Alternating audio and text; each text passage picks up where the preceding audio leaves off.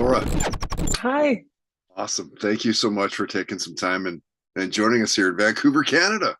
Of course. Hi. Thank you. Thank you for having me. Of course, yeah. And you're coming to the left coast of Canada. That's why your PR person reached out today and like, hey, any chance?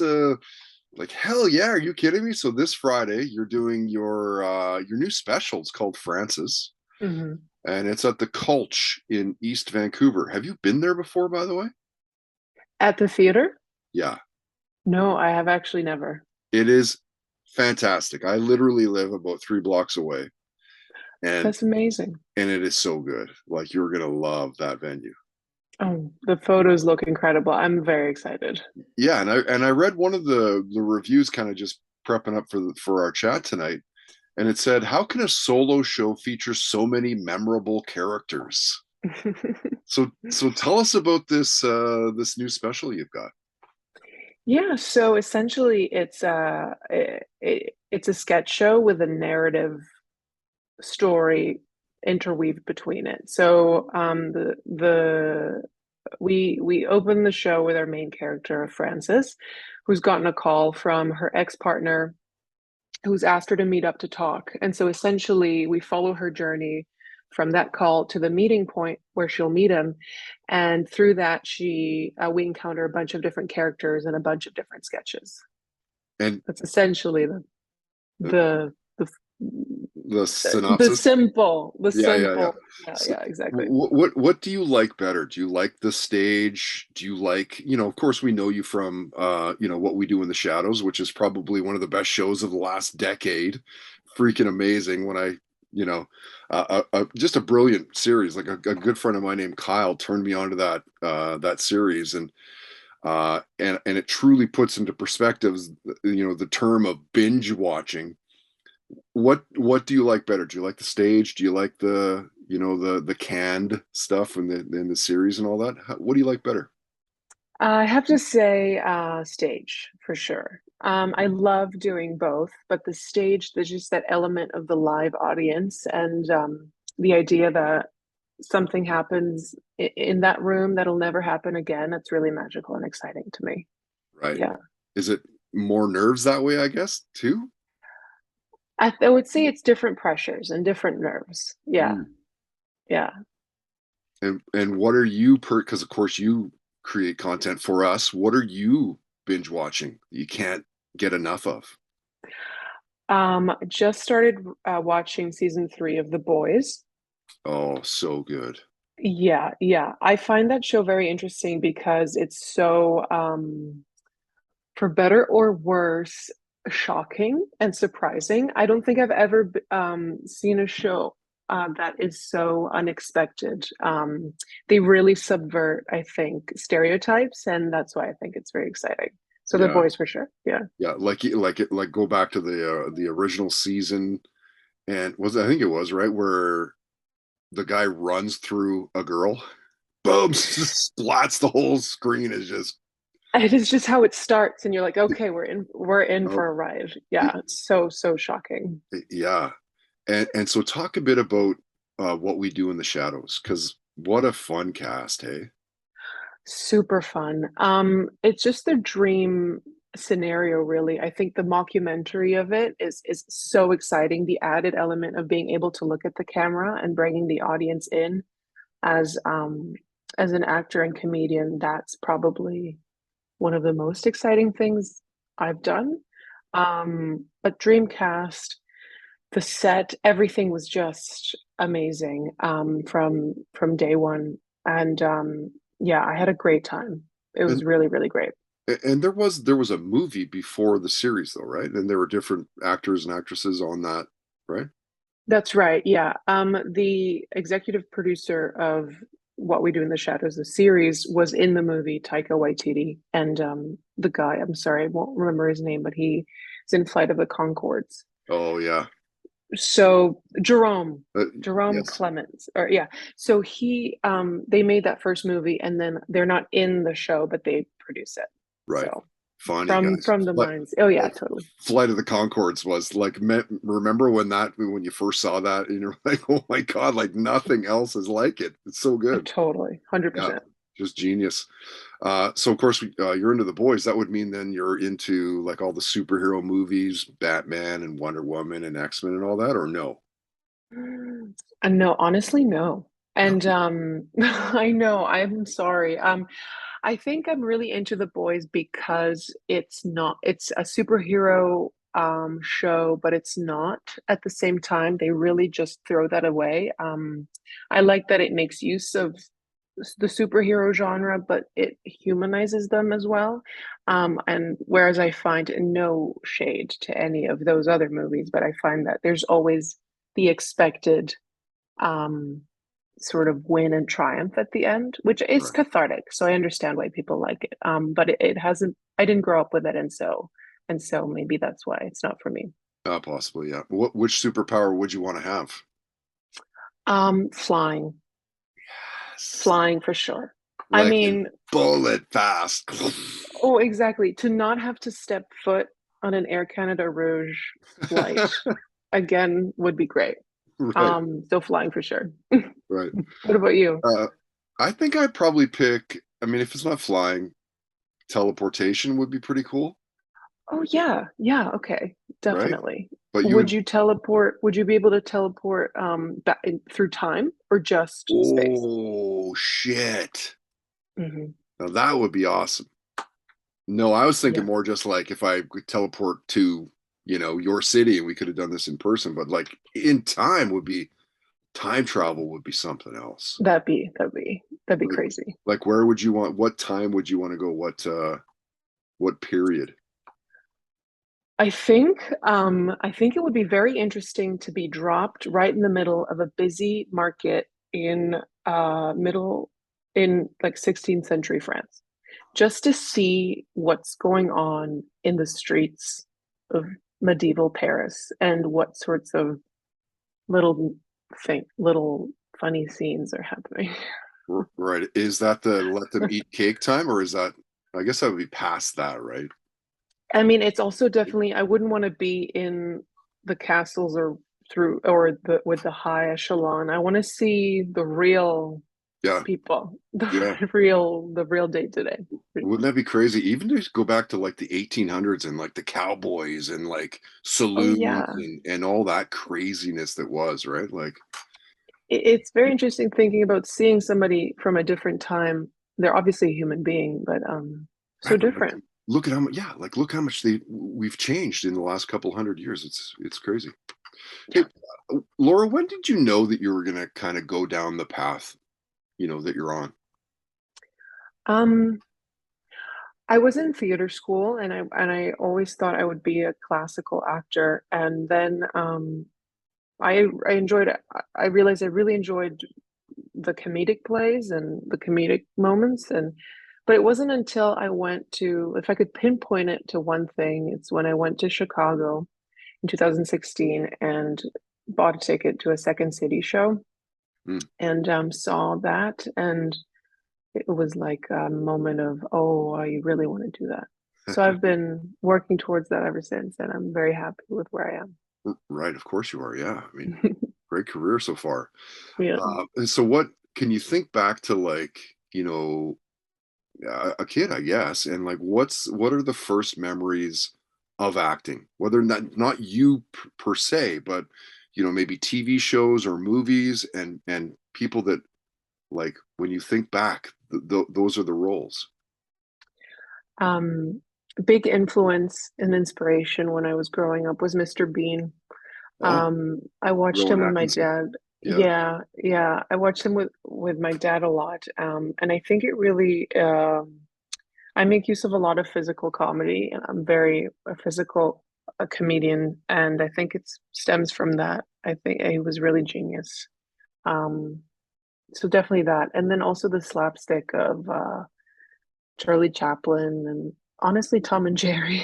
I really Oh, grew up just on those shows for sure. Yeah, yeah, yeah. yeah. I would love to get outside of acting and kind of get to know you a little bit, more than Hmm. what we know you for. What was Yeah. the music in your house as a kid growing up? Like, what are your parents playing for bands and stuff? So my mom played a lot of classical music. Like Bach, classical, like Beethoven. like Yes, yeah, Old Bach, stuff. Beethoven, Wow. Mozart. Wow. That was the Sunday morning. She really enjoyed that and still does. Um, my dad, who's Italian, listens to a lot of classical, I would say 40s, 50s Italian music, and then also a rocky type artist named Zucchero, which translates to sugar. He's a rock guy. My dad really likes the those strong songs, if that makes sense. Yeah, yeah, yeah. And what was the Yeah. first concert that you went to? Oh, great question. This says nothing about me now, Right. but I think this, I Here think the comes first, NSYNC. I don't know. Well, the Backstreet Boys. Right. Yeah, and I've only seen them that one time, and it was fun. Yeah. Yeah, Do you go to many shows still? music shows. Yeah.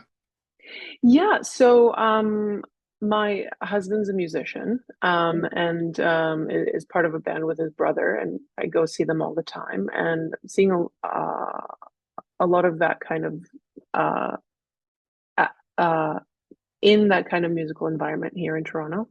So they play like R&B and jazz and stuff like that. And so I listen to a lot of that. But I would okay. say in my phone, I listen to a lot of 70s soul. Oh, Um, okay. Okay. yeah, And there's a pretty good scene in Toronto, right? totally. Yeah. Yes. Like always going. Yes, definitely. Yeah.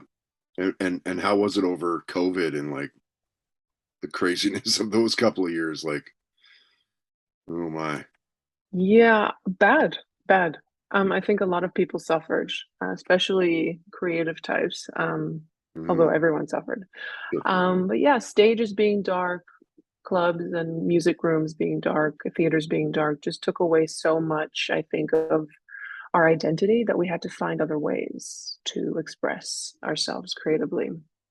Yeah, and of Um, course, one of the super negative offshoots is the closing of a lot of those yeah, smaller venues too, right? absolutely. In comedy too. Yeah, we've been seeing here in Toronto. Yeah. Um, it's kind of like a renaissance now. I don't know if you find that in Vancouver as well. As since things have opened up again, there's been a bit of a reshuffling of the status quo from before. Would you say that that's I would say it's kind of like that too in Vancouver. It feels like it's harder to because we do live shows every month as well. This podcast does, yeah. uh, and it feels like it's harder to get people out now. I I don't know Mm, if that's necessarily maybe just the way we feel or if that's actually the case, but I think people are still a little bit weary to go out. yeah, yeah, I think you're right. We found here that people don't purchase tickets early In anymore. advance. Yeah, Yeah, yeah. I mean, just being subjected to events being canceled, I guess that does that to everybody. Yeah, I think even pre-COVID, it was one of those like, yeah, I'll buy something in advance, but well, maybe I won't because maybe something else that I like more will happen. Yeah. It's kind of always been like that. Are you big into sports? If so, who are your teams? This is going to be, I guess, a strange answer, maybe. I love one of my biggest hobbies is volleyball. So I keep up to date with the collegiate level volleyball in the United States. It's really exciting. Okay, And then I like to watch soccer. So Italy and Germany, Italy obviously not being in the World Cup coming right. up is a travesty. But I'll be watching Germany and yeah, those are my teams. And Basketball too, a little bit, but mostly volleyball and soccer. okay, did you play much as a kid? Yes, yeah, I played volleyball. Oh, okay, that'll Yeah, do it. yeah. Are you a gambler? Do you gamble on sport? Do I gamble on sport? No, definitely not. No. With my life, every Sunday in my rec league, maybe. No, I do not gamble. Oddball question for you. Do you believe that aliens have visited Earth? Yes. Like how not, right? Yeah, how not? And also, why not? And not maybe not in the classic movie flying saucer that we know, Right. but I definitely think organisms have made it here, Well, I look right? at the the pyramids and stuff, and like something had to happen there, right? With all the exact coordinate coordinates and precise to like the degree, and something had to happen there, I think. Like aliens built the pyramids. Possibly. Hmm, I think about that. Mhm. I want to respect your time here, Laura. I've got a couple Sure, more questions for you, and thank you again for doing this tonight. of course, it's a pleasure. So I want you to tell us a near death story, like where holy crap, I could have just died. I can't believe we are bouncing from topic to topic. Okay, I love this. Okay, holy crap, I could have just died. Okay, yes, I do actually have one. Um, Most people do. yeah, it was out of stupidity. I don't know if most of the ones you get are out of stupidity, but Lots. Yeah. I would be when I was 16 and I was my parent because of my parents' work, I lived was living in Hanoi, Vietnam at the time. Mm. And I was going out really late, pretending to be sleeping over at my friend's house, but not, and going out with my friends. And um, I just hop. There's a lot of motorbike use over there, and I just hopped on the back of this person's motorbike with no helmet, and we were flying down the highway. That could have been bad, I think, and it's Oh yeah. probably not advised. Actually, very bad. But that's what comes to mind for sure. Yeah. Yeah. Yeah. Everybody has something.